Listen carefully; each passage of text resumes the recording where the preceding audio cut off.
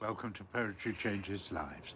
Poetry, history, a thought for the day, all in my one book, as it is every day of the year.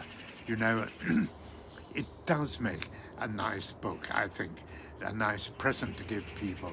There aren't many books around that you can dip into and have a nice, benign few minutes just reading a poem each day. I do it, obviously. You see me doing it every day, and I find it's very therapeutic. It makes me feel cheerful and happy, and I recommend it. PoetryChangesLives.com is the website where you can read all about it, read other poems and interesting facts about poetry and everything. And this book, you can get it at the website or from Amazon. It does make a nice present to give your friends. And I think it's a very benign, harmless bit of work.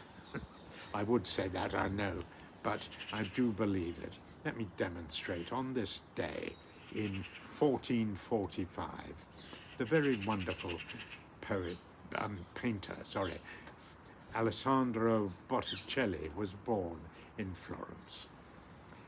Much of his work was done for patrons, the Medici family, and also for the Pope in Rome. But Botticelli painted parts of the Sistine Chapel.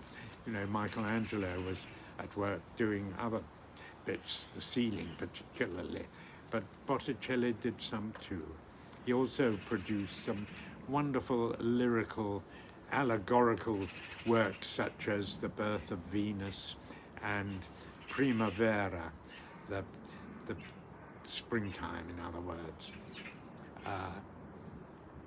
Later, like many in Florence at the time, he came under the influence of the stern and moralistic monk Savonarola, a rather angry man, and the Bonfire of the Vanities, the famous bonfire where people burnt beautiful works of art, paintings and books that were deemed to be unchristian or even pagan, looking back in retrospect, was a rather tragic moment, really. And Botticelli is said to have burnt several of his paintings that were on themes that were not Christian. A great sadness.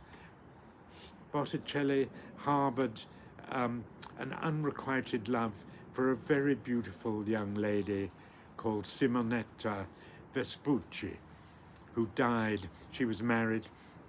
She died at the tragically early age of just 22. And Botticelli requested that when he died, he be buried at the foot of her grave. And so it was when he died. Well, painters come and go, and spring comes and goes too. If you've never seen Botticelli's beautiful painting Primavera, I do recommend it. Even in reproduction, it's wonderful. When you see the actual painting, it is astonishing. I remember seeing it in the Uffizi Gallery in Florence years ago. And I remember there was a young American girl just standing, staring at it when I was there. And I went on and went round the whole gallery. Took me an hour or so, more than an hour. When I came back, I passed that Primavera painting again, and it was still beautiful. And that young American girl was still standing, gazing at it. And she said to me, "It speaks to me, it speaks to me." And I could see what she meant. It is such a wonderful, eloquent, lyrical painting.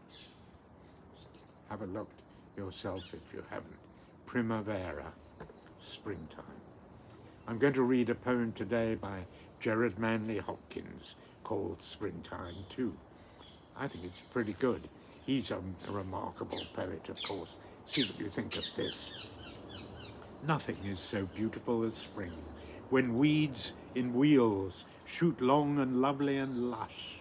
Thrush's eggs look little low heavens, and thrush through the echoing timber does so rinse and ring the ear, it strikes like lightnings to hear him sing. The glassy pear tree leaves and blooms, they brush the descending blue. The blue is all in a rush with richness. The racing lambs too have fair their fling. What is all this juice and all this joy? A strain of the earth's sweet being in the beginning. In Eden garden, get before it cloy, before it cloud, Christ Lord and sour with sinning. Innocent mind and May Day, in girl and boy, most, O maid's child, thy choice, and worthy the winning. Isn't that astonishingly beautiful? You know, Gerard Manley Hopkins is such a wonderful poet, the way he introduces us through his wonderful images. He opens our minds and our imaginations to an idea of spirituality that goes beyond logical argument. You know, Pope Francis, who was quite a sort of quirky man in a way, before he died last year, he published a book called Viva la Poesia, which is really a collection of his writings on the subject of the power of poetry to help us bridge that gap between reality and sort of spirituality, that the leap of faith that takes us beyond just realistic argument. It's very difficult to argue logically for even the existence of God, you know, but it's so important that we can open our minds to the idea of a higher power. I'm not asking you to believe in any particular one religion, but I do think there is great value and joy in opening your minds and exploring spirituality. I've tried it and find it a fascinating voyage of discovery, and Gerard Manley Hopkins is just one person who will take you into that realm of imagination and spirituality that is so beautiful and rewarding.